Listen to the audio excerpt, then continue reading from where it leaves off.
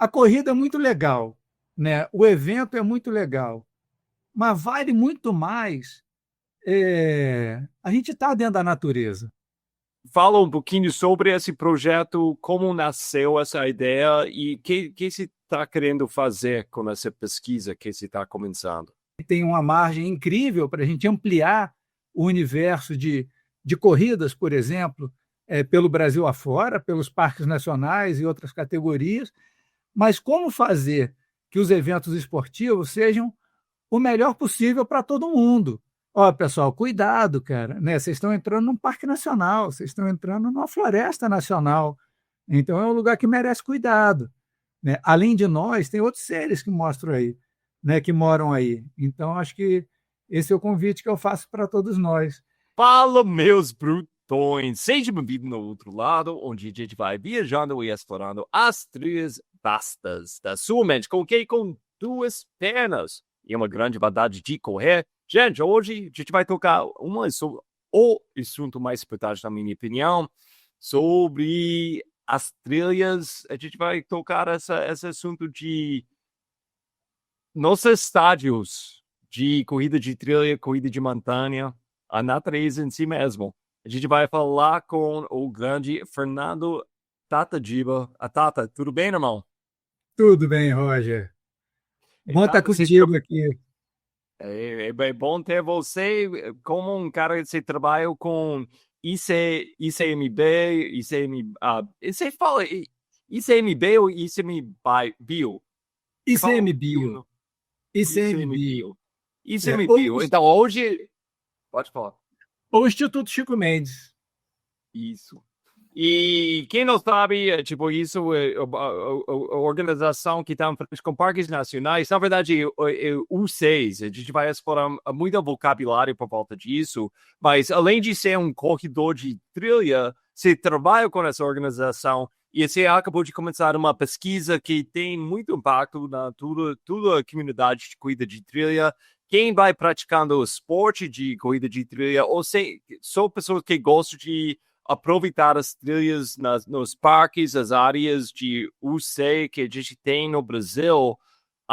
Você começou um estudo de um impacto de corrida de trilha e outros tipos de eventos.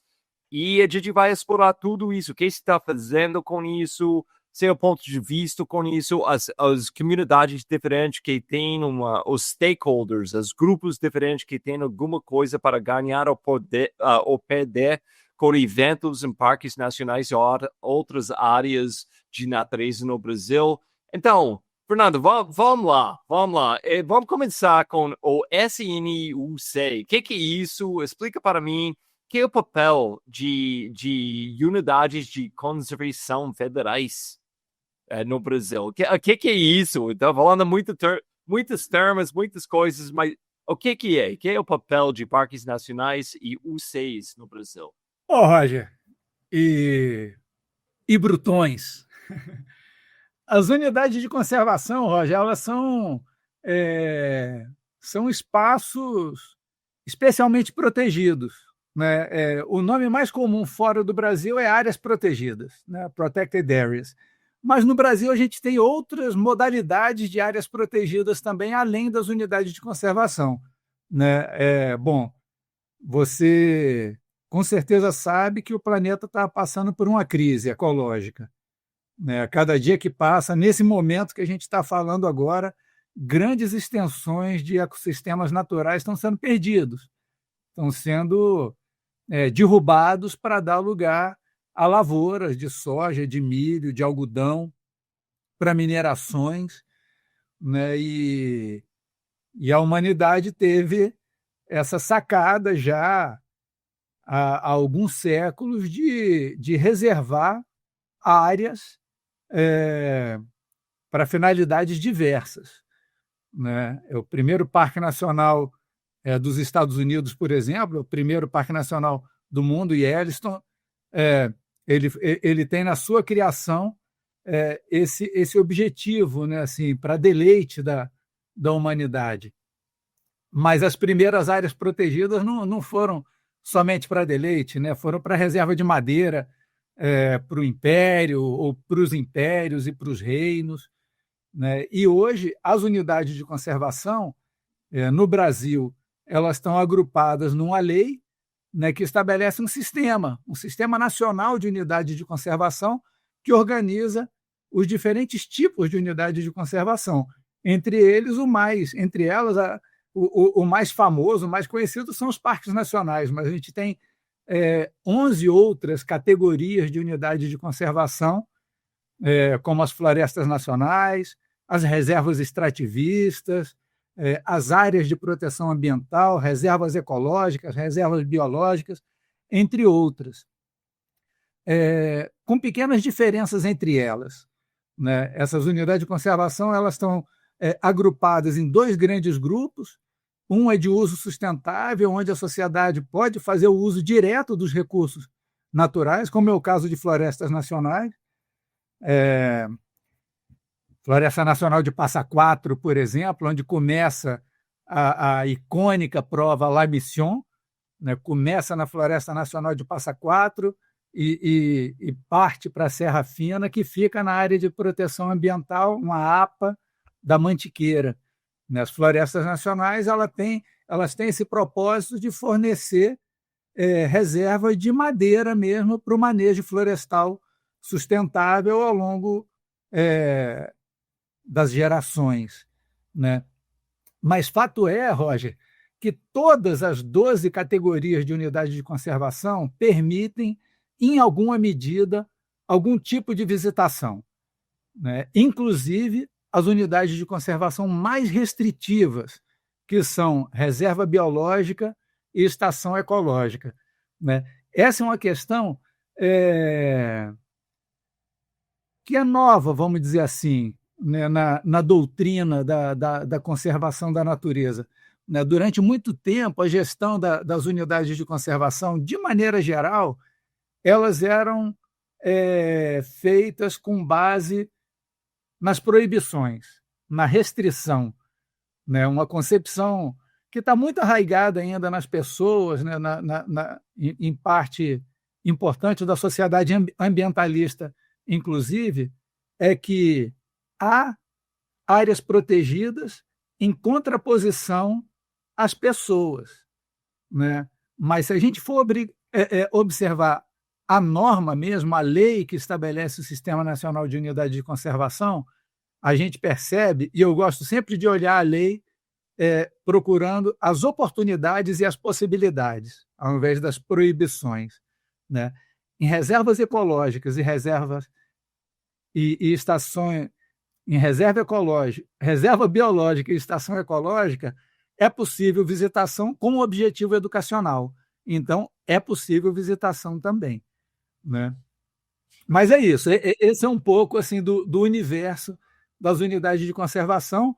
Na esfera federal, o Brasil conta hoje com 344 unidades de conservação para todos os gostos, né? Desde o sul até o norte, passando para a profundeza dos mares, em Fernando de Noronha, Abrolhos ou Alcatrazes, no litoral de São Paulo, até Cavernas, Cerrado, onde eu estou hoje, né? Eu moro em Brasília, né? Aqui a gente tem a Floresta Nacional de Brasília, Parque Nacional de Brasília, Chapada dos Veadeiros aqui do lado, enfim, a gente tem uma variedade incrível de unidade de conservação, o que me dá um prazer incrível bom, você é corredor, você vive na natureza também, né? Corredor de trilhas, então você tem muito da dimensão do que eu estou falando, né? Da beleza e do privilégio do Brasil ter um patrimônio como é o conjunto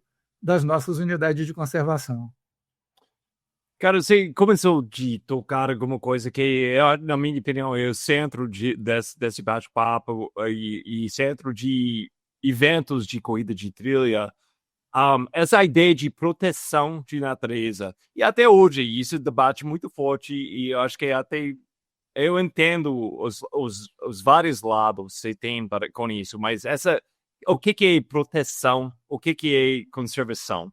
Porque tem as pessoas que têm essa ideia, proteção de natureza, e vão colocar uma cerca, vão colocar uma porteira e vão trancar essa porteira e deixa a natureza. Plutões, tá gostando do outro lado? Então, faz um favor. Ajuda esse podcast a crescer, dá um likezinho e manda para um amigo e faz suas compras no Houseway com a código ou outro lado, só uma palavra, e vamos deixar esse podcast crescer. Coisas boas. Dentro aí. É o único jeito que a gente pode proteger o que a gente ainda tem.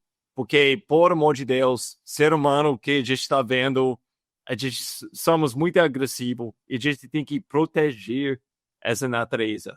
Tem outras pessoas que, tipo, não, proteção, conservação significa, tipo, não, a gente tem que até incentivar pessoas para visitar, para educação, e, além disso, tem essa coisa, se joga pessoas aí aproveitando a natureza no sentido da palavra aproveitar, de interagir com a natureza, tem uma vivência com a natureza, você tem menos chance, você vai ter ações ilegais acontecendo nessas áreas. Pode falar um pouquinho mais sobre isso, esses outros lados, eu nem estou entrando com isso. E o que você acha, a opinião do ICMBio com tudo isso? Onde nesse scope de lados de proteção você está vendo sua organização caindo?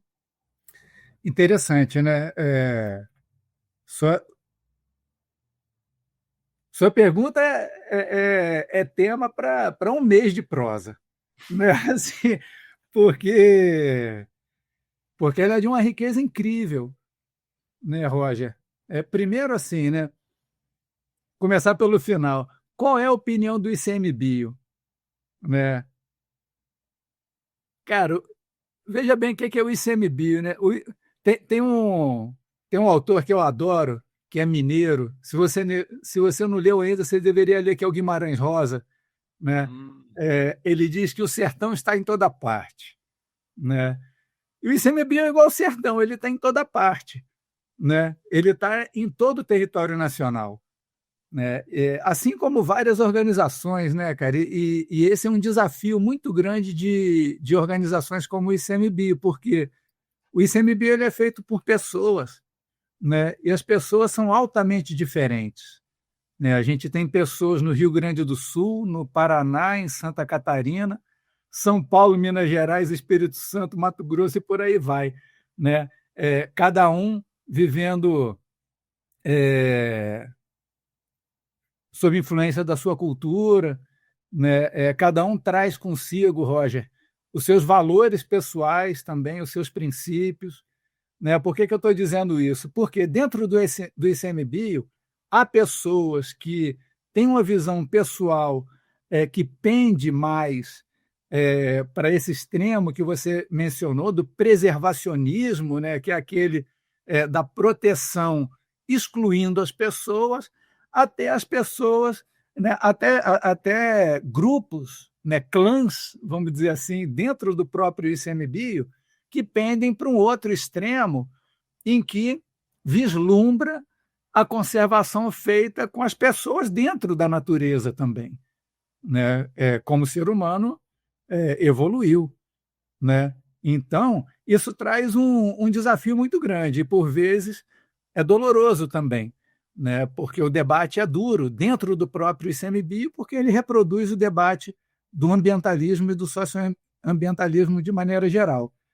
Agora, qual é a opinião do Fernando Tatagiba? É que as visões não são excludentes, né? Eu gosto de um autor da administração, que é o Peter Sand, né? Eu sou biólogo de formação, botânico, mas há 20 anos eu sou um burocrata, né? Então eu preciso aprender sobre gestão, sobre administração, e tem um livro muito legal do Peter Sand, que é A Quinta Disciplina, né? A arte das organizações que aprendem, né? E a quinta disciplina é a visão sistêmica, né? Quer dizer, é a capacidade do gestor, especificamente o gestor, enxergar o todo, né? As diferentes visões e como elas se acomodam no tempo e no espaço, né? E eu acredito, Roger, que de fato você usou um termo e ele está presente em um dos instrumentos de ordenamento da visitação, que é um rol de oportunidades e condições. Independentemente da categoria da unidade de conservação, todas devem ter um plano de manejo, né? O plano de manejo ele estabelece diferentes zonas, né? Zoneamentos, né? E aí, nessa zona, você tem um conjunto, um mosaico de possibilidades e restrições, né? Aí, chegando no início da sua pergunta, proteger por quê? Né? E aí é o que você falou, proteger de nós, seres humanos, né? Porque o ser humano é um ser tão agressivo mesmo que por onde ele passa, ele tende a ocupar o espaço de outros, né? E eventualmente excluir outros seres.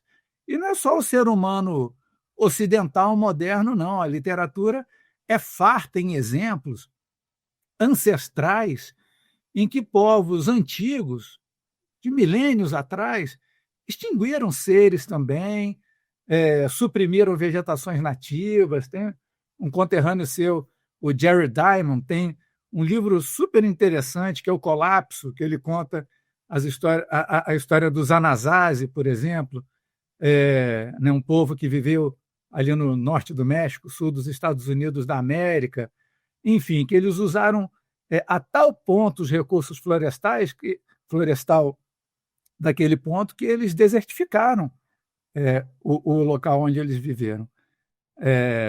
Então, voltando à pergunta, eu acredito que a gente consegue chegar em planos que permitam harmonizar a nossa presença com a presença de outros seres também, vegetais, animais, minerais,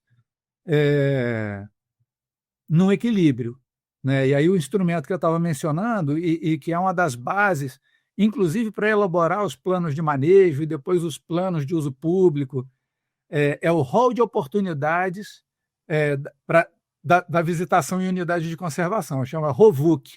É muito fácil de achar na internet, viu, Roger? Todos esses instrumentos que eu estou falando, a gente consegue achar na internet. Aí o rol de oportunidade de visitação, ele imagina que há pessoas com o desejo e a expectativa de terem experiências mais prístinas, né? Ou seja, conviverem, né? Experimentarem ambientes mais naturais, mais primitivos, né? Então, é fundamental que as unidades de conservação prevejam a existência desse tipo de lugar, enquanto há outros grupos que gostariam de ter uma experiência mais urbanizada, né? Portanto, faz sentido que algumas unidades de conservação, em alguns contextos, tenham ambientes também com um grau de urbanização maior, como é o caso do Parque Nacional da Tijuca, né? Se a gente for visitar o Cristo Redentor, talvez um dos maiores monumentos brasileiros, né? O símbolo do Brasil está dentro do Parque Nacional. A pessoa vai pegar uma estrada de asfalto, vai subir uma escada rolante. Se a gente for numa das 7 maravilhas do mundo tidas, né? Se tivesse só 7, a gente ia estar mal. Mas são as cataratas do Iguaçu. É um parque que tem uma porção dele altamente urbanizada, com um hotel dentro, trilhas suspensas de alvenaria, né? Mas a extrema maioria do território do Parque Nacional do Iguaçu é de florestas intactas, com uma população importante de onças pintadas, por exemplo, né? Então, eu acredito que é possível a gente encontrar uma equação para o território das unidades de conservação que respeite esse rol de oportunidades e de possibilidades, né?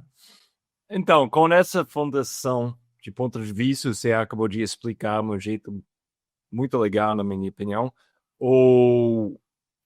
onde cabe seu projeto Porque você começou lá em Paraty, onde existe um Parque Nacional, que sem dúvida a gente vai falar sobre isso nesse bate-papo.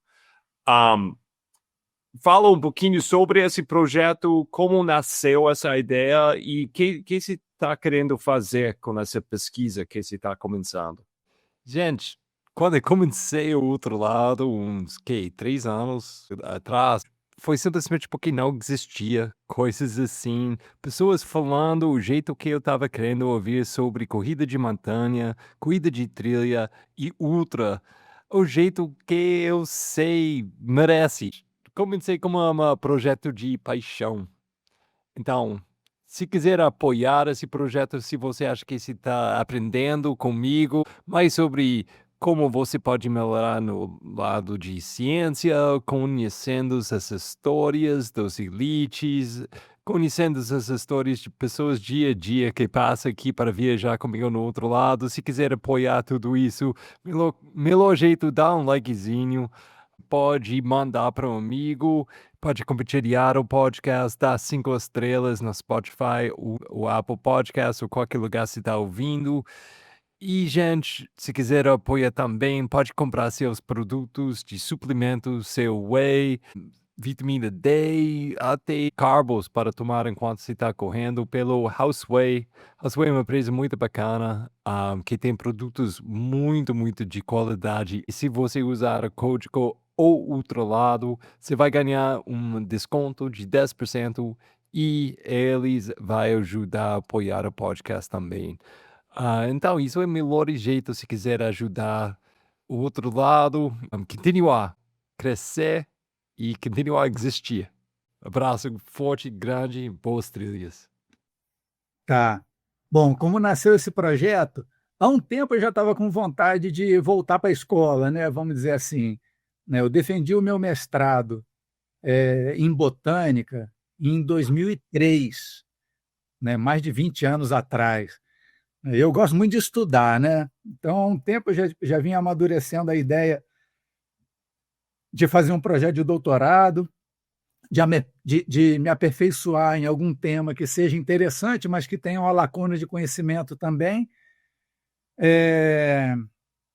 Até que no ano passado, eu conversando com amigos do Instituto, eu percebi que desde a publicação de uma norma do Instituto, que é uma instrução normativa que ordena a autorização e realização de eventos nas unidades de conservação federais, 5 anos atrás, a gente teve um aumento do número de eventos autorizados, né, ou pelo menos no radar do ICMBio, mas o ICMBio ainda não havia parado para analisar esse universo de eventos.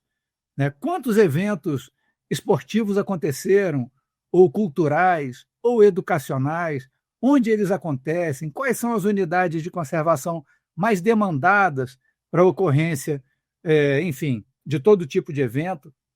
Né? Então, eu percebi que a gente tinha uma oportunidade, eu, né, de me aprofundar, né, e começar a desenvolver e trazer luz para esse universo.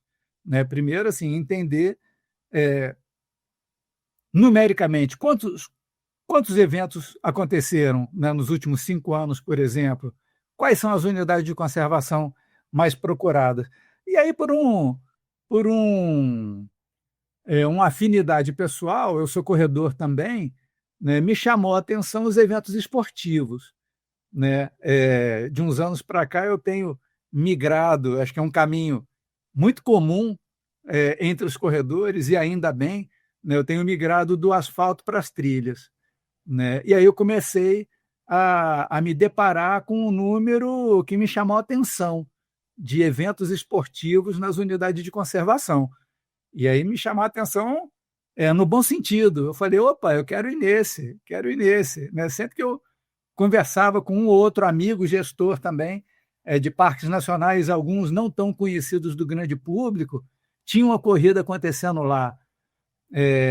Aí eu vi uma oportunidade interessante, né? Porque é um consenso, Roger, entre os gestores de que a visitação nas unidades de conservação é uma necessidade, né? Além de ser um direito do cidadão, né, e das cidadãs brasileiros e de qualquer lugar do mundo, visitar as unidades de conservação é uma oportunidade também, né?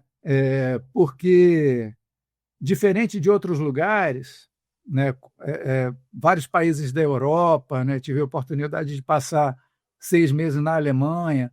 A gente estuda muito o sistema de parques norte-americano, e o que a gente percebe, bom, nossa visão brasileira é muito eurocêntrica, né? A gente tem muita afinidade, né? Muita proximidade histórica com os Estados Unidos da América e com a Europa, mas a gente percebe uma relação afetiva desses povos com os seus parques nacionais, com as suas florestas, né? Diferente do Brasil, né? Durante muito tempo, boa parte da população que é predominantemente urbana no Brasil, né? Mais de 80% da população é urbana, tem um certo distanciamento e mesmo desconhecimento com relação às nossas unidades de conservação. Poxa, a gente tem um número muito grande, né? Assim, já é quase chegando em 350. Se for perguntar para um cidadão comum, uma cidadã comum na cidade, quantas unidades ela conhece, cara, se chegar a 10, talvez seja muito, né? Então, a visitação é uma oportunidade para o ICMBio tornar as unidades de conservação mais conhecidas e reconhecidas também como um elemento central na qualidade de vida nossa sociedade humana, né? Como polos de desenvolvimento socioeconômico, inclusive, como polo de bem-estar, de saúde.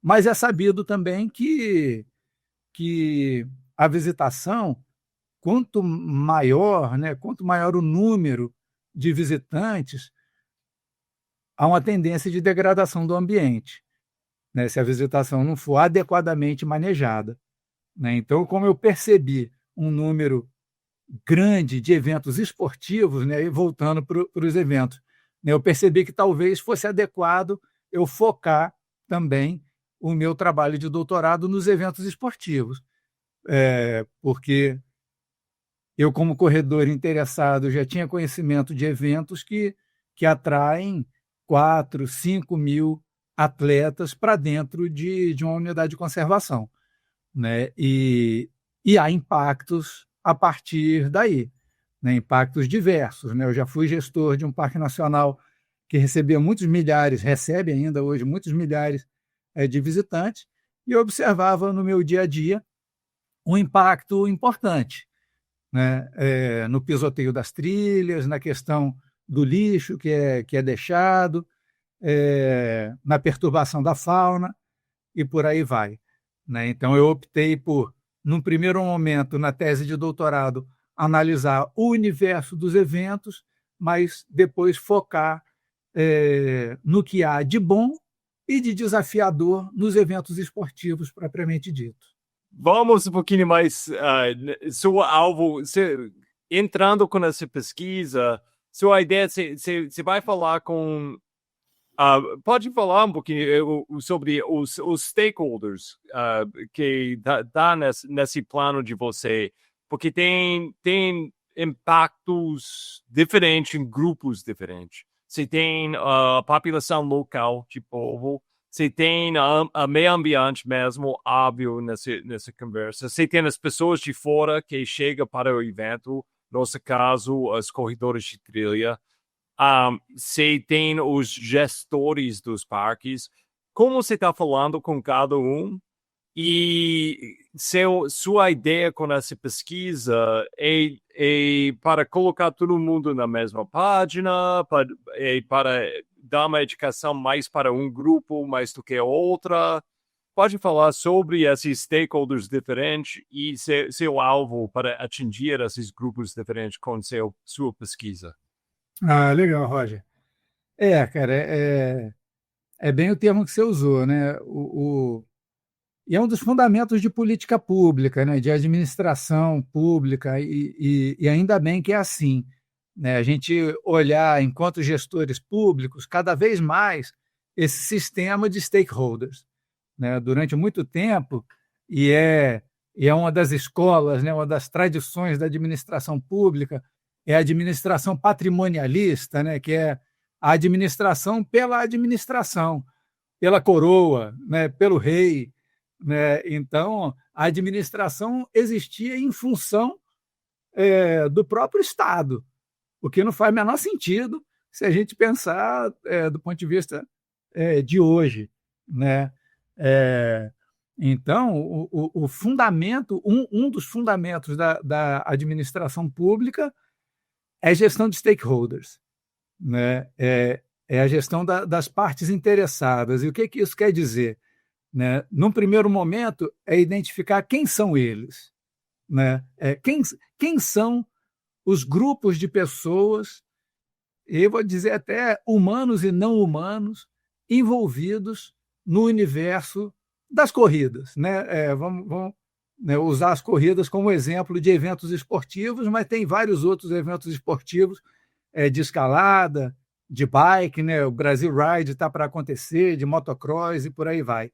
Né? Então, é fundamental para um bom gestor público entender com quem ele está lidando, né? E não só entender com quem ele está lidando, né? É importante a gente identificar grupos distintos para identificar também o que move cada um desses grupos, né? O que importa aos corredores, o que importa aos organizadores dos eventos de corrida, né? E o que importa às sociedades locais também, né? E quais são os objetivos de cada um quando eles chegam para participar, seja com que papel de um evento de corrida, como aquele que a gente teve junto no mês passado, lá em Paraty, né? Qual que é o interesse de um comunitário chegar perto daquela tenda lá e interagir de alguma forma, né? Qual é o interesse do corredor, né? Então, é isso, né? E qual é o interesse também dos gestores da unidade de conservação, né? E os gestores do evento, né? Então, essa é a primeira coisa, né? Entender esse universo também, né? E se a gente pergunta, se a gente tivesse a habilidade de falar com a onça parda, com a onça pintada, com samambaiaçu, com jequitibá, né? O que interessa a ele? Poxa, dá para a gente imaginar, né? Assim, são as coisas mais básicas. Continuar vivendo bem, num ambiente adequado, né? Mas então a parte central da tese é entender justamente quem são essas partes interessadas. A gente já identificou 3 grandes grupos, né? E aí, a partir daí, aprofundar na investigação, e aí perguntando mesmo, né? Você foi entrevistado, né? Entrevistei outros atletas também, e gestores do Parque Nacional e equipe da organização, sobre o que importa, né? O que é caro para cada um deles e quais são as principais dores, quais são os principais desafios, né? E do ponto de vista do atleta, o que motiva um atleta a estar na natureza correndo, né? O que ele, como que uma organização impacta a experiência dele e por aí vai, né? E a partir daí, né, identificar o que pode ser feito para melhorar, né? A ideia desse projeto de doutorado, Roger, é justamente a gente responder a pergunta de como fazer mais eventos esportivos, porque eu acredito que tem uma margem incrível para a gente ampliar o universo de corridas, por exemplo, pelo Brasil afora, pelos parques nacionais e outras categorias, mas como fazer que os eventos esportivos sejam o melhor possível para todo mundo, né? Que alcance os objetivos do corredor, mas que o objetivo do corredor não signifique impactar negativamente a vida de quem já vive ali naquele lugar, sejam os animais silvestres, sejam os povos e comunidades locais, né? E por aí vai, né? Então, assim, como a gente ter mais eventos, potencializando os impactos positivos para todo mundo ficar feliz, todo mundo tendo os seus desejos e obrigações realizados, e tendo eventos com os impactos negativos, erosão, perturbação de fauna, geração de resíduos sólidos, lixo, né? O mínimo possível, né? E aquele mínimo que possa ser anulado no limite, né? Por meio do manejo.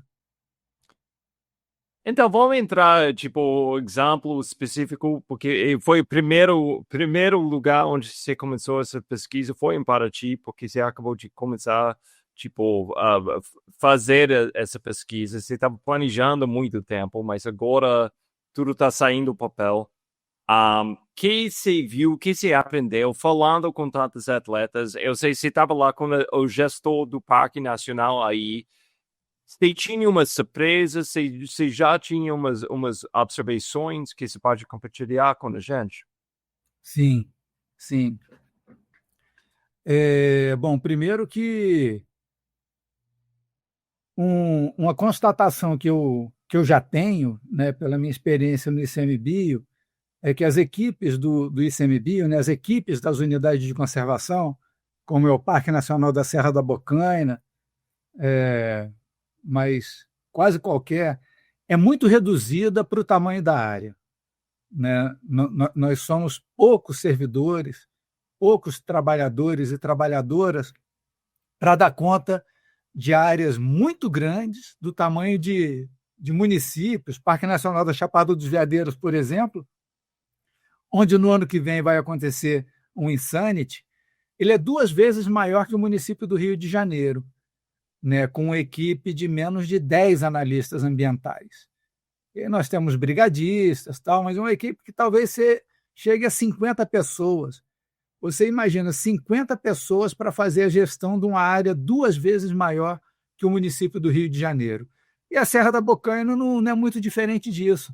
É uma área extremamente complexa do ponto de vista geográfico, né? Ela conhece ali nas praias, né, de Trindade, ali perto de Paraty, e vai até o alto da serra, onde você teve a oportunidade de passar correndo, né, lá no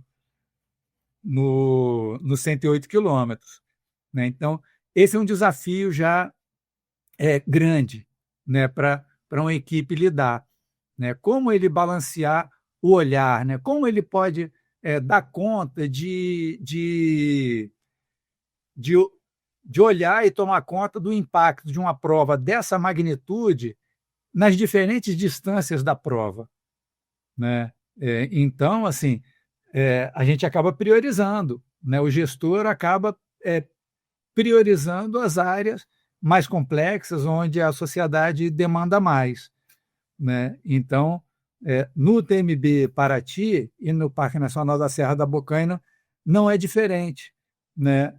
Existe uma dificuldade logística para a equipe do Parque Nacional, que é organizado num núcleo de gestão integrada, né? A mesma equipe faz a gestão de 3 unidades de conservação diferentes, né? Então, ela não tem a capacidade numérica de estar presente nas áreas remotas, por exemplo, onde você passou. Né? Então, isso já estava no meu radar. Né? E é uma dor dos gestores de lá, né? Tanto do chefe quanto do servidor responsável pelo ordenamento da visitação. Né? Como que a gente vai organizar um sistema de manejo de impacto que supere esse desafio numérico? Né? Então, essa é uma questão que eu observei que é bem importante numa prova como essa. Né? E aí, de novo, traz para o olhar do conjunto. Né? Assim, a responsabilidade para cuidar do parque, a responsabilidade de gerir o parque é do ICMBio, mas de cuidar não é só do ICMBio. Todo mundo que se relaciona com o parque, em alguma medida, é responsável também, aquela coisa meio Pequeno Príncipe, né? O parque cativa as pessoas, portanto, a gente é obrigado, literalmente, a cuidar também, né? Então, parte do desafio da gestão é como compartilhar de uma forma clara, objetiva, essas responsabilidades, né? No processo de autorização, de gestão dos eventos, como e até que ponto deixar claro quais são as responsabilidades do organizador da prova, quais são as responsabilidades de cada um de nós corredores também, né? Como se fosse um grande acordo, né? Então, essa é uma parte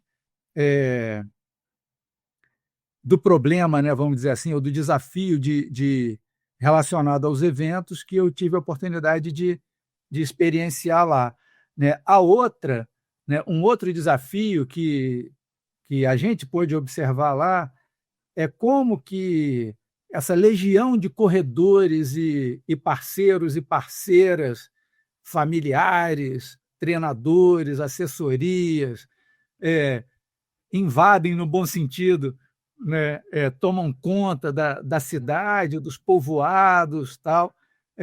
Como que essa relação pode ser benéfico para quem já mora lá, ao invés de ser um choque de cultura, né, ao invés de ser uma violência, como a gente observa muitas vezes no turismo, de maneira geral, e, eventualmente, as provas esportivas podem se tornar uma violência contra os povos que vivem no entorno ou dentro das unidades de conservação, quando é o caso. Por exemplo, em reservas extrativistas, né? Reserva extrativista Marinha de Arraial do Cabo, ou a reserva extrativista Chico Mendes, no Acre, né? Qual seria a receita para a gente promover um evento esportivo numa unidade dessa, em que os atletas, nós atletas, sejamos bem-vindos e a gente saiba se comportar adequadamente, né? Enfim, né, ter um somatório de ganha-ganha para todo mundo, né? Então, são questões que a gente teve a oportunidade de observar lá, e, né, eu tenho certeza que se observa também. Conversei com outros atletas que têm esse olhar um pouco mais refinado, né, para essas nuances da prova, para além da expo da prova, para além do trajeto propriamente dito, né? É um evento muito complexo, né, do ponto de vista de interações, né? Uhum. Então, eu não vou te deixar ir só com perguntas com isso também, porque eu sei que você acabou de começar suas pesquisas, mas a gente tem que começar a olhar umas soluções e até na forma de perguntar mais coisas, mas vamos lá, tipo, você tinha um stand, você tinha um lugar aí para sua pesquisa e para dar um pouquinho de educação para pessoas, mas, Fernando, eu vou falar sinceramente, eu acho que vai ser muitas pessoas correndo em Paraty que nem sabem, eles passaram pelo um Parque Nacional Brasileiro, ou talvez eles sabem, mas não sabem o impacto que essa tinha. Vamos falar sinceramente, foi 4.000 pessoas, corredores aí, que a gente que se observou, tipo, coisas óbvias que a gente está fazendo errado já, que a gente já pode começar a consertar com coisas assim. E nem para jogar nada em cima do evento, esse evento para ti, mas geral, mas coisas que você observou enquanto você estava lá para ti. Que coisa você já está vendo que a gente tem que começar a fazer um pouquinho diferente? E porque com isso, a gente viu esse ano outro evento que aconteceu, passou pelo Parque Nacional Itatiaia, as coisas que aconteceu, que foi fora do lei, não aconteceu dentro do parque, mas foi bem ao lado do parque. E isso, óbvio, isso não é bom para ninguém, começando para a natureza, mas não é bom para a imagem de corrida de trilha, não é bom para pessoas tentando participar ou quer organizar eventos no futuro. Então, a gente já tem coisas no lado de organizadores de provas fazendo coisas que, no mínimo, tem que criar perguntas. Gente, isso está certo. Então, quais observações você pode dar para a gente já de tentar ir mais rápido com essa coisa de educação para os diretores de provas e participantes também? Roger, eu vejo os eventos como relacionamentos, né? E você mencionou stakeholders, né? Gestão de stakeholder é relacionamento, né? E qualquer relacionamento, qualquer relação entre grupos, entre pessoas, ela se dá com base numa comunicação muito transparente, né? Muito clara, com base em informações claras, e com base em objetivos também, né? Então, é fundamental que o ICMBio comunique de forma assertiva com os realizadores de evento, né?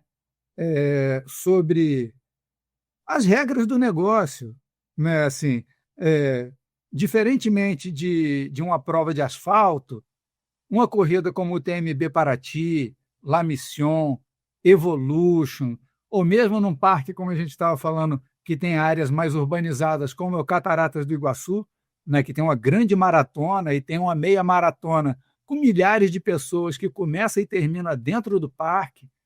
É fundamental que os realizadores do evento saibam o que significa uma unidade de conservação, para que existe uma unidade de conservação.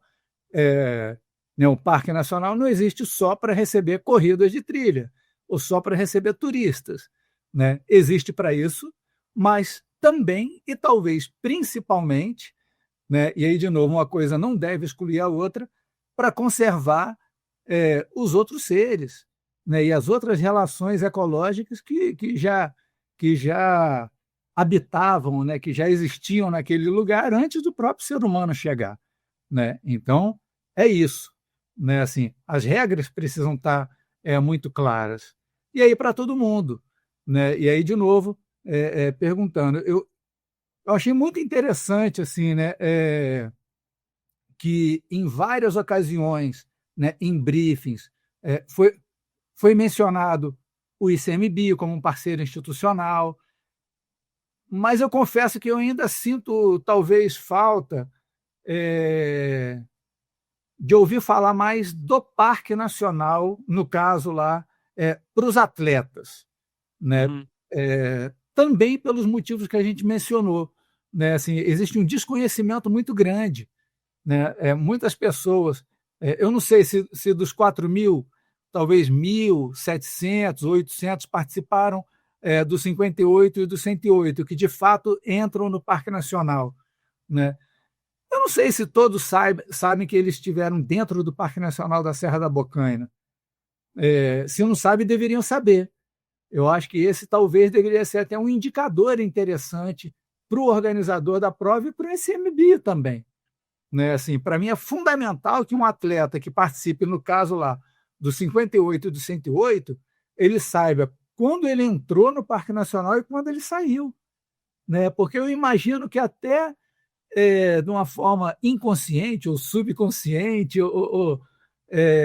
já ligam a chavinha de um cuidado maior, né? Porque eu tendo a acreditar que os corredores de montanha, os corredores de trilha, eles têm uma afinidade de fato diferenciada com a natureza, né? Assim, talvez não seja o principal motivador a levá-lo a competir, principalmente a turma de elite. A turma gosta mesmo do desafio de chegar na frente, mas, de qualquer forma, tem um afeto pela natureza, né? A natureza nos afeta no bom sentido, né? O amor que eu sinto pela natureza, eu tenho certeza que, em alguma medida, é compartilhado com essa comunidade de corredores, né? Então, é importante que as pessoas saibam, né? Então, essa é uma coisa que a gente precisaria caprichar muito ainda na comunicação, na qualidade da informação. Eu gostaria de ver, por exemplo, na fita da medalha, do 58 e do 108, por que não ter ali a logo do Parque Nacional da Serra da Bocaina? É uma marca, cara, é um ícone, né? E é um privilégio a gente poder correr dentro de um parque nacional como o Parque da Serra da Bocaina, e a pessoa levaria o resto da vida. Já fica... É uma semente de cuidado, né? Assim, de afeto, enfim. Né? Eu vejo que a gente pode evoluir muito ainda na qualidade da informação e da comunicação do ICMBio para com os organizadores e destes com os atletas de maneira geral, né? Inclusive para os atletas terem a consciência cada vez mais clara de quais são as suas próprias responsabilidades, né? Porque, cara, é inconcebível a gente passar por trechos de trilha com tanto de lixo que um ou outro ponto a gente está sujeito a ver. É claro que eventualmente acontece, né, cara? Você toma um gel ali, acha que colocou no bolso, o gel traz, né, o gel cai no chão, né? Mas esses eventuais, cara, a organização da prova dá conta, né? Acompanhei pelas redes do Rafael Campos, né, a turma passando pela trilha depois, catando os microlixos, tal, né? Agora, nas distâncias menores, principalmente, tem um lugar com acúmulo inaceitável, cara. Eu lembro para eu fazer a prova de 35, que eu fiz agora, eu estudei os vídeos do ano passado, do ano retrasado, aí eu lembro um que me chamou a atenção foi o Cateto, e falando, pô, os caras parecem que estão no esporte errado, cara, não dá, assim, né, você tomar uma garrafinha de Coca-Cola, né, coquinha e tal, né, então é fundamental que os corredores tenham esse mínimo, assim, essa virilidade, né, Roger? Assim, a gente não faz isso em casa, né, cara? Mas então eu começaria por esse ponto, né? E o outro, e um outro ponto, eu achei interessante o TMB, quero me aprofundar mais ainda, é envolver ao máximo a comunidade local, né? O turismo, de maneira geral, cara, ele tem passado por um processo de gentrificação, né? Especialmente o turismo de natureza, né?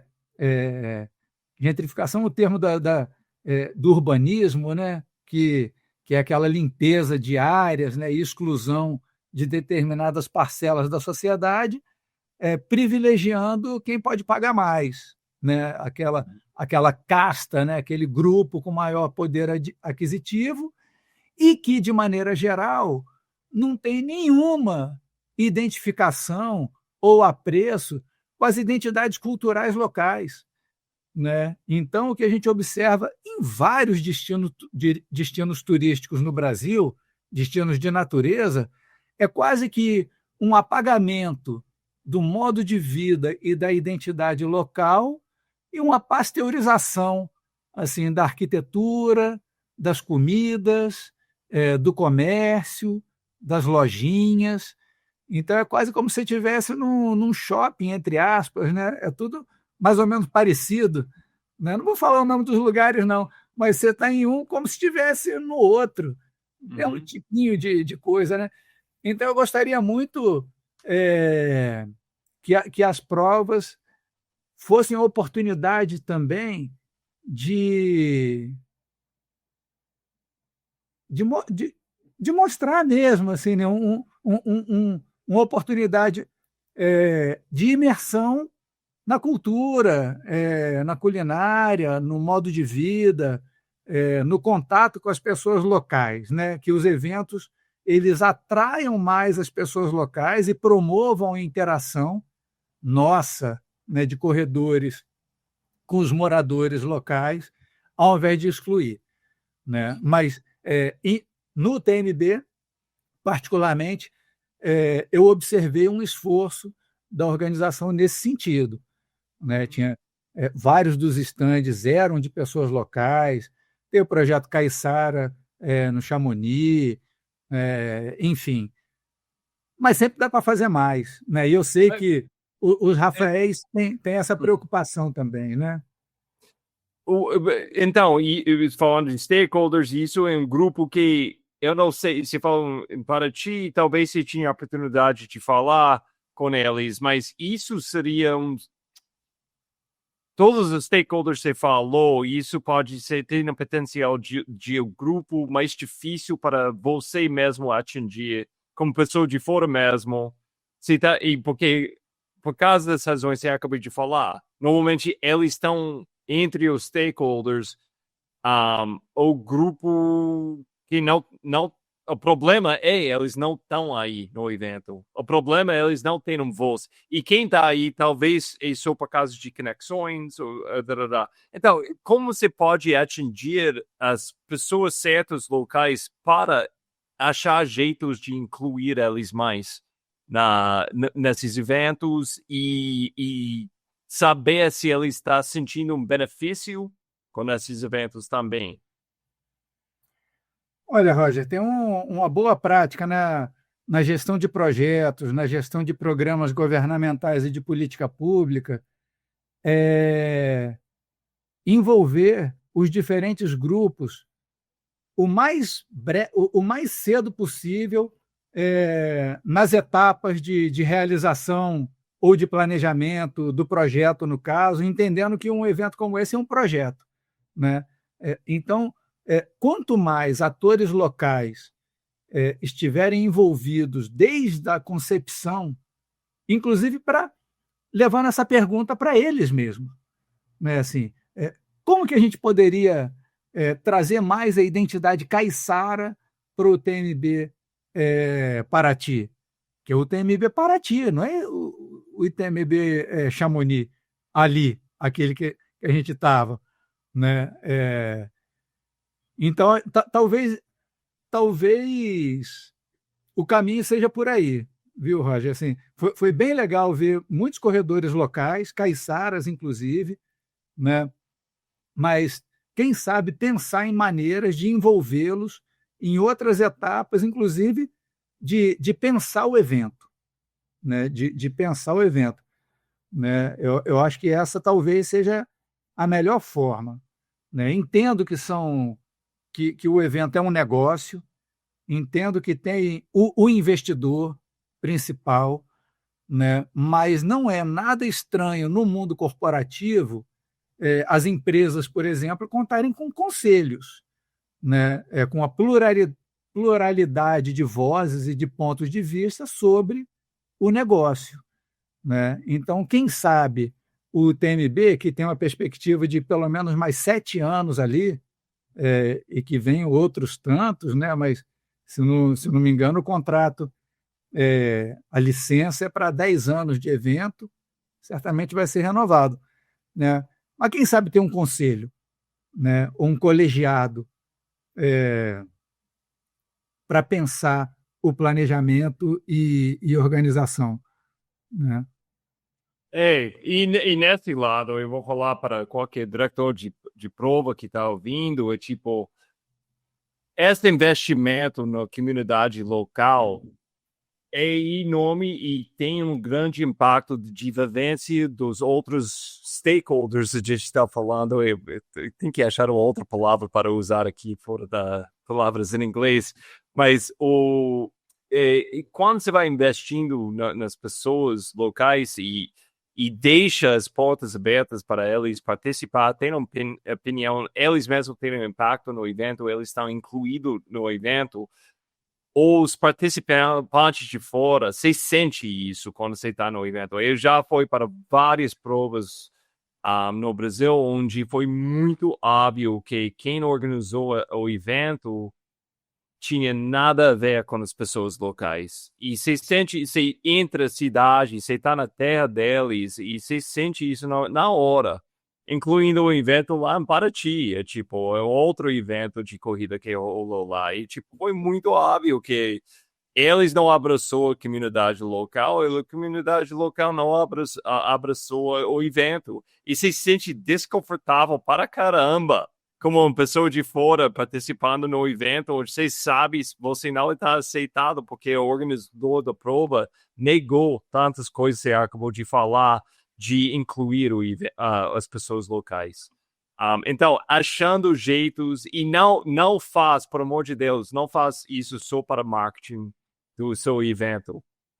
Faz porque é a coisa certa a fazer. Porque outra coisa, como participante, você vai sentindo, quando o organizador de evento faz uma coisinha, fala com alguém local, 2 pessoas, e faz propaganda com isso, como se fosse eles mesmos são uma morredor local. É tipo, não, essa coisa de não ser verdade, você sente isso como participante também. Mas eu quero, outro grupo é difícil, é como se fala, a natureza mesmo. Quais estudos está rolando no Brasil já sobre o impacto de eventos e que se está usando dentro da sua pesquisa para entender melhor e desenvolver ainda mais nosso conhecimento de qual impacto esses eventos têm mesmo. Tem estudos acontecendo agora mesmo sobre, tipo, a melhor época do ano para ter, por exemplo, lá em Paraty, tem uma época onde você tem mais chuva. Então, se tem um evento com 1.000 pessoas na prova, dentro dessa época de chuva, vai ter um grande impacto nas trilhas. Mas fora dessa época de chuva, o impacto vai ser menos. Pode falar sobre pesquisa com a natureza, com a flora e fauna local nesses lugares pelo Brasil, onde eventos já estão acontecendo? Tem pesquisa rolando já? Ou tem planos para mais pesquisa acontecer? Tem poucos, viu, Roger? Especificamente, pesquisas científicas abordando esse universo de eventos esportivos em unidade de conservação, eu encontrei bem poucos, né? Não são poucos os estudos analisando o impacto da visitação de maneira geral nas unidades de conservação da natureza, né? O turismo de maneira geral, né? Esse ramo de estudos é razoavelmente farto, né? Então, a gente acaba usando, num primeiro momento, a experiência da gestão do impacto da visitação de maneira geral e trazendo para o mundo dos eventos, que os corredores, em alguma medida, são visitantes também, com um comportamento previsível, em alguma medida, inclusive, mais previsível do que dos visitantes de maneira geral, né? Eu sou visitante ainda, né? Trabalho com parques nacionais, mas nas minhas férias eu sempre vou para algum parque nacional ou alguma outra categoria de unidade de conservação, e o gestor não sabe exatamente por onde eu vou andar, né? Por sorte do gestor, para onde eu vou, eu sou um camarada bem comportado. Hoje, né, na minha juventude, eu pulava a cerca, ia para áreas né, não autorizadas. Mas, né, numa corrida, todo mundo está passando ali naquela trilha. Então, assim, o impacto é razoavelmente conhecido, né? E cada equipe gestora, como você bem mencionou, conhece a dinâmica sazonal daquela unidade de conservação, né? O impacto ele não é exato, um determinado número independente da época, né? Tem uma série de variáveis, né? Como você falou, em épocas de chuva o impacto é maior, do pisoteio e por aí vai, né? Mas eu encontrei uma tese, uma dissertação de mestrado bem interessante da Carolina Bartoletti, que ela avaliou corridas de aventura, né? E também analisando a percepção desses 3 grandes grupos, né? De atletas, de organizadores e de gestores das unidades de conservação. O foco dela foi algumas unidades estaduais de São Paulo, né? Mas a literatura mundial já é um pouco mais farta, vamos dizer assim, né? Na primeira etapa do meu trabalho, eu comecei ainda, né, ainda não terminei, uma revisão sistemática da literatura sobre a gestão do impacto de eventos esportivos, né? Então, eu estou buscando trabalhos científicos com esse olhar especificamente sobre o manejo do impacto, né? Eu não quero olhar somente trabalho científico sobre o impacto em si, porque isso já é razoavelmente farto. A gente sabe que as pessoas impactam a trilha, os impactos são razoavelmente conhecidos, geração de lixo, pisoteio nas trilhas, alargamento, erosão, atalhos, perturbação de fauna, introdução de espécies exóticas invasoras. Então, existe esse conjunto. Mas o que eu estou interessado mesmo é ver como que os gestores de áreas protegidas na Europa, na Ásia, ali no Mediterrâneo, Oriente Médio, enfim, Estados Unidos, Canadá, lidam com esse impacto para a gente identificar quais são as melhores práticas possíveis que a gente pode eventualmente adotar aqui ou adaptar às nossas, né? Então, eu estou nesse momento, assim, né? Numa primeira base, que é gratuita, que é o Google Scholar, né? Eu já encontrei pouco mais de 650 artigos científicos com esse enfoque de gestão de impactos de eventos esportivos, né? Especificamente em eventos. Aí eu comecei esse procedimento que primeiro a gente lê o título de todos, aí depois o título e o resumo de algumas centenas, até eu ler a totalidade dos artigos mais relevantes, né, para o nosso caso aqui, para buscar as melhores práticas do ponto de vista da literatura e depois casar com a nossa percepção das entrevistas. Quero falar um pouquinho, tocando essa coisa, falta de pessoas suficientes trabalhando nos parques, querendo, mas na mesma hora querendo ver mais eventos. Uma coisa, eu sei, se está imaginando como um resultado dessa pesquisa, é uma ferramenta de IA. E essa tecnologia, pode falar um pouquinho sobre essa ideia, se tem, de usar todas as informações que você vai captar esses próximos anos, sua visão agora, porque provavelmente vai ter várias versões dessa visão esses próximos meses e anos, mas como você está imaginando agora uma ferramenta de IA para ajudar com esse assunto de eventos acontecendo nessas áreas de Parque Nacional ou áreas protegidas?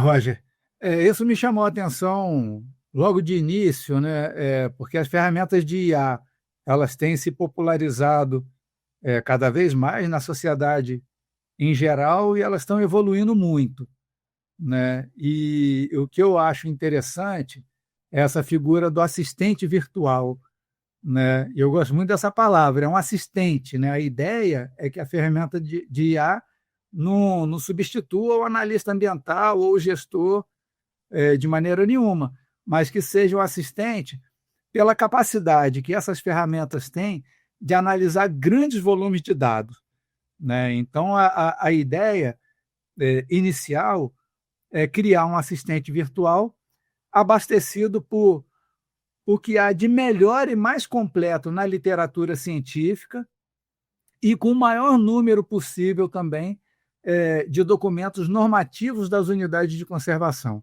né? Então, a ideia é essa, né? É criar essa ferramenta que ela vai conseguir fazer a leitura de todos os planos de manejo, por exemplo, né? Então, nos planos de manejo tem e outros documentos, né? O plano de manejo e outros documentos das unidades de conservação, ali tem a indicação dos ambientes mais sensíveis, das espécies ameaçadas, da flora e da fauna, de atributos geológicos, por exemplo, que são importantes do ponto de vista arqueológico ou geológico, né? E que tem uma capacidade muito baixa ou zero de se de se restabelecer, né, a partir de um impacto, né? Então, pegar todo esse material para subsidiar a análise do gestor e também a organização do próprio evento, né? Então, assim, se eu recebo um pedido de autorização para um evento, nessa ferramenta já vai indicar restrições como essa que você falou. Olha, o ideal para um evento dessa modalidade, com esse número, é que ela não ocorra em determinados meses do ano, né? Porque pode ser função de chuvas elevadas, né? Porque tem o risco da trilha, mas pode significar o risco de vida dos participantes, né? Aquela região ali da Serra do Mar tem muitas avalanches, né? Queda de barreira, tal, né? Pode ter um deslizamento e todo mundo descer junto com a lama, né? Ou pode passar por uma área de reprodução, um período de reprodução. Quer dizer, então a gente vai ter esse GPT, vamos dizer assim, ou Gemini, né, mas um assistente com todas as informações relevantes e úteis para a análise de um evento e para a orientação que seja a melhor possível, né? Então, assim, o gestor vai ter várias dicas de condicionantes para o ICMBio passar para um realizador de evento do que deve ser feito para reduzir impactos, o que deve ser feito para potencializar impactos positivos para os atletas e, eventualmente, para as comunidades locais também, né? Então, esse assistente ele vai dando o caminho até a gente chegar num formato de evento perfeito, vamos dizer assim, sob todos os pontos de vista, né? A ideia é colocar isso, né? Todos os documentos de antes, durante e depois, né? Especialmente os grandes eventos, eles têm o compromisso de entregar um relatório pós-evento também, né? E aí ali estão descritos o que aconteceu, né? O que de fato houve do ponto de vista de impacto, o que pode melhorar, né? Então a ideia do assistente virtual é essa.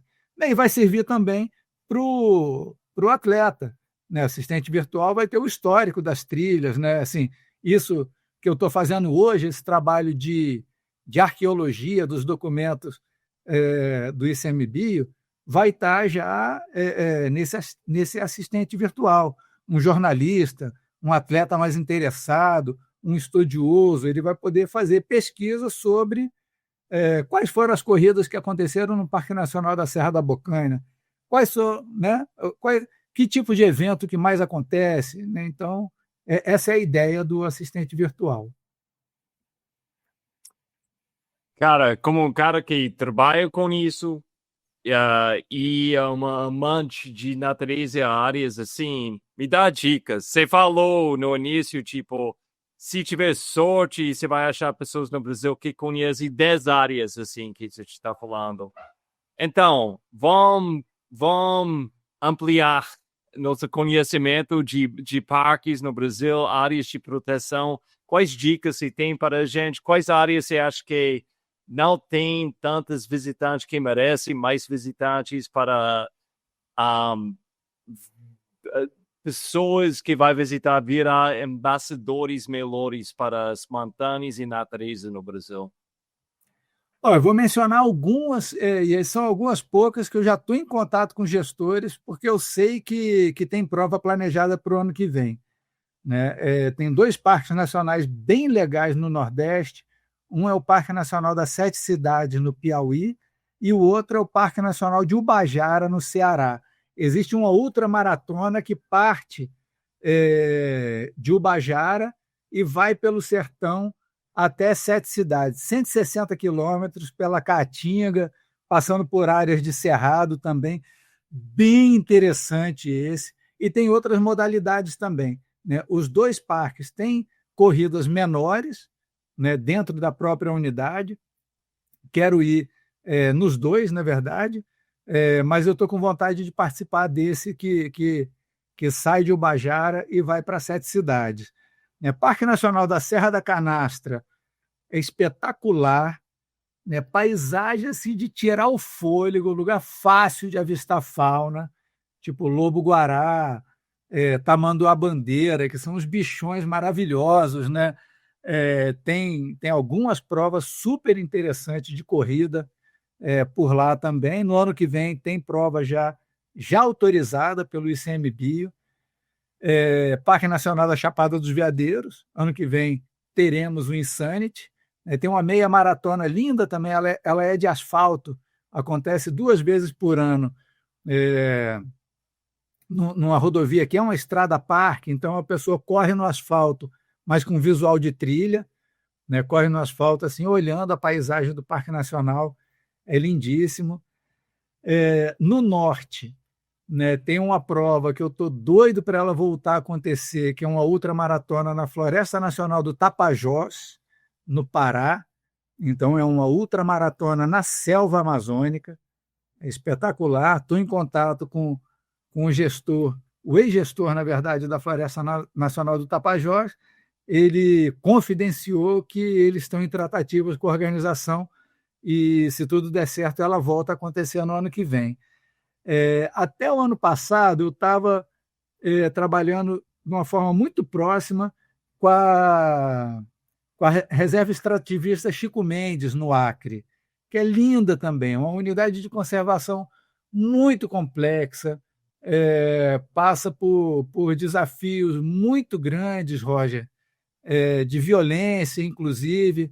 Eu conversava muito com o Fernando Maia, que é o ponto focal que a gente chama, né, de uso público, que é o camarada que cuida de preparar a unidade de conservação para receber os visitantes. E a gente tinha o sonho de realizar uma maratona, uma ultramaratona na Reserva Chico Mendes, que é uma unidade de conservação que é um ícone do SNUC, né, que é o Sistema Nacional de Unidade de Conservação.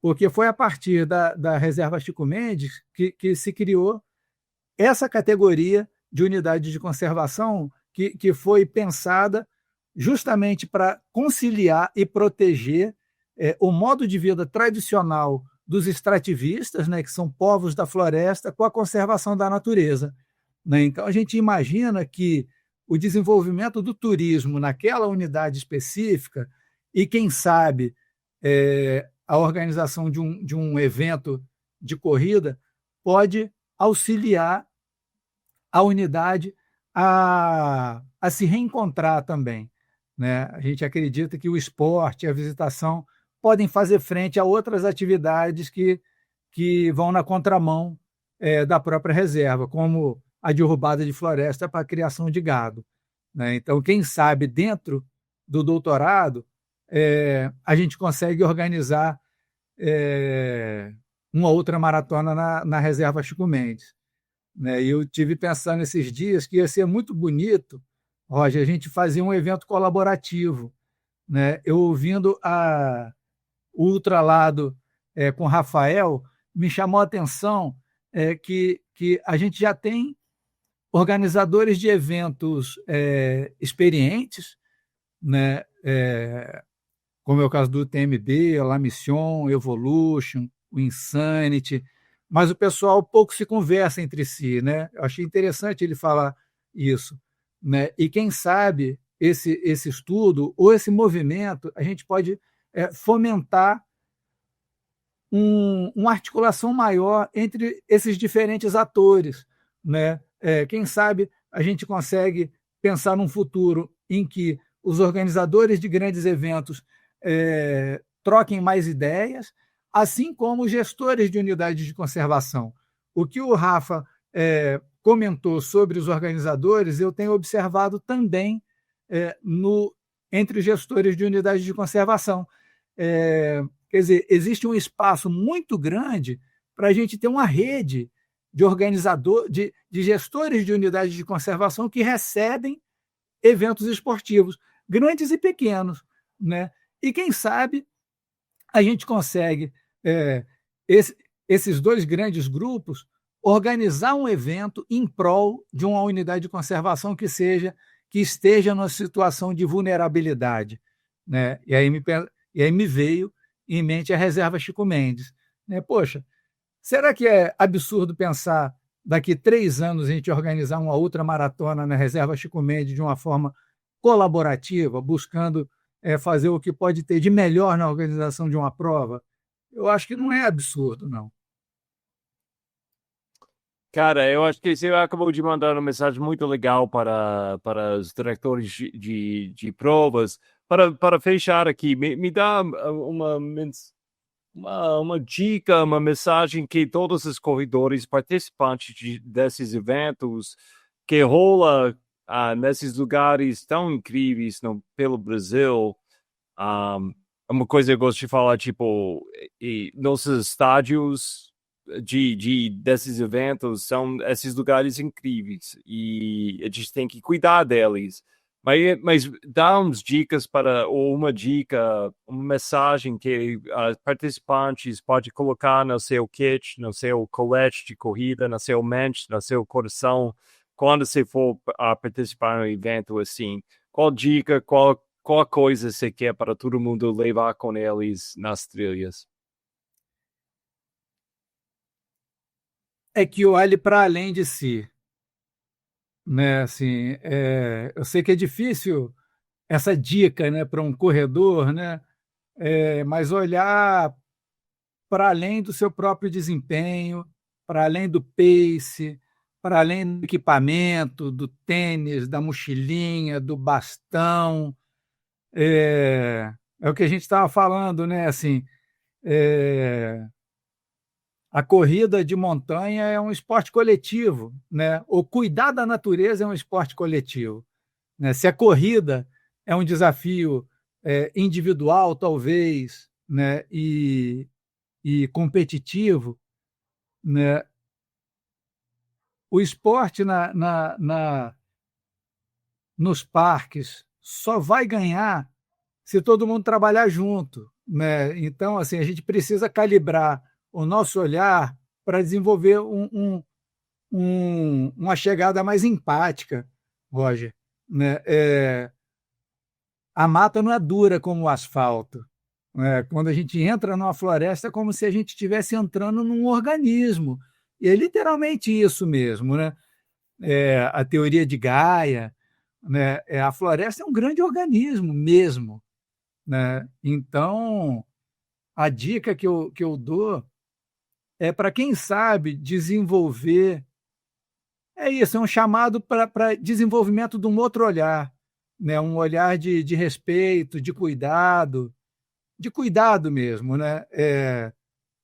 O ICMBio passou por uma mudança na sua estratégia recentemente e o presidente do Instituto propôs uma nova redação para a missão, que, né, a missão do Instituto é cuidar da natureza com as pessoas, né? Então, a gente tem a missão de cuidar, né? E eu acho que essa frase ela é muito legal, que ela traz um duplo sentido, né? A gente precisa de cuidar da natureza com as pessoas, porque há pessoas dentro da natureza, inclusive os corredores, mas cuidar da natureza com as pessoas, porque o ICMBio não consegue cuidar da natureza sozinho. A gente precisa cuidar, a gente precisa das pessoas para cuidar da natureza conosco, né? E daí o cuidado da natureza é um esporte coletivo. Então, o convite que eu dou é esse, para despertar para a possibilidade de olhar com carinho onde pisa, né? Por mais rápido que seja, por mais veloz que o corredor seja, trazer consigo esse conhecimento, esse carinho, esse respeito, né? Porque, para além da corrida, uma coisa que chamou a atenção para mim na conversa contigo lá em Paraty cara, que a corrida é muito legal, né? O evento é muito legal, mas vale muito mais a gente estar dentro da natureza, né? Assim, e nem precisa de eventos, de competições para a gente correr, né? Eu adoro correr fora de eventos também. Eu gosto de correr todo dia, na verdade, se eu pudesse, né? E estar numa trilha é bom demais, né? Então, se a gente puder trazer para os eventos, que são competições, um pouco desse prazer, né, e dessa coisa lúdica e misteriosa, até e maravilhosa, que é estar dentro da natureza, que a gente faça isso, né? Mas aí os promotores têm um papel muito importante, né? Porque eles têm um papel quase como de professores, né? No melhor sentido da palavra, né? O professor é aquele que mostra, né? Fala, olha, ó, pessoal, cuidado, cara, né? Vocês estão entrando num parque nacional, vocês estão entrando numa floresta nacional, então é um lugar que merece cuidado, né? Além de nós, tem outros seres que mostram aí, né? Que moram aí. Então, acho que esse é o convite que eu faço para todos nós. E para os gestores do ICMBio, que acolham os eventos com carinho também e com generosidade, né? Porque tem um mundo de oportunidades para as unidades de conservação, especialmente as menores, a partir da realização de eventos esportivos, a partir da acolhida de atletas e de produtores nos seus territórios. Fernando, muito obrigado. Foi um prazer explorar esses assuntos tão importantes com você. Sem dúvida, você vai voltar no futuro para atualizar a galera como vai a coisa com a pesquisa, o que você está descobrindo, quais soluções você está achando. E, cara, por enquanto, boas trilhas e bom trabalho aí. Obrigado, Roger. Boas trilhas para nós.